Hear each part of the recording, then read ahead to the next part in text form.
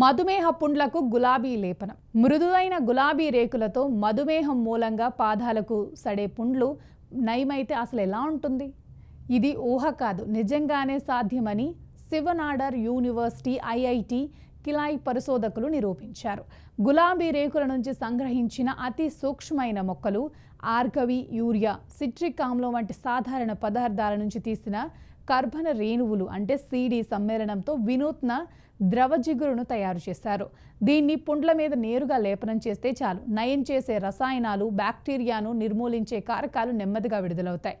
ఆర్బీలు, చర్మ కణాలు, కొత్త రక్తనాళాలు వృద్ధి చెందేలా, వాపును తగ్గించేలా చేస్తాయి. ఇక సిడీలేమో అధీకరణ ఒత్తిడిని సృష్టించడం ద్వారా ఈ కాలి వంటి బ్యాక్టీరియా కణగోడలను బిల్లులు పడేలా చేసి వాటిని నిర్మూలిస్తాయి. ఫలితంగా పుండ్లు త్వరగా నయమవుతాయి. వెండి ఆధారిత కట్లు అంటే ఖరీదైన గ్రోత్ ఫ్యాక్టర్ చికిత్సలతో పోలిస్తే ఇది చాలా చవక, విషపూరితం కాదు. కొంతకాలానికి తనకు తానే సహజంగా క్షీణిస్తోంది.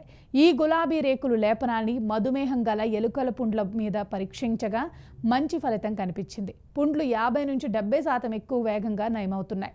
బ్యాక్టీరియా మోతాదైతే 99% కన్నా తక్కువకు పడిపోయినాయి. పుండ్లు నయమయ్యే క్రమంతో బలమైన కొలాజిన్, వ్యవస్థీకృతమైన కొత్త చర్మ పొరలు ఏర్పడినట్లు తేలింది.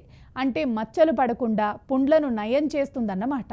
కదులుతున్నప్పుడు ఈ ద్రవ జిగురు స్థిరంగా ఉండటం, రక్తంలో కానీ చర్మంలో కానీ ఎలాంటి దుష్ప్రభావాలు తలెత్తకపోవటం గమనార్హం.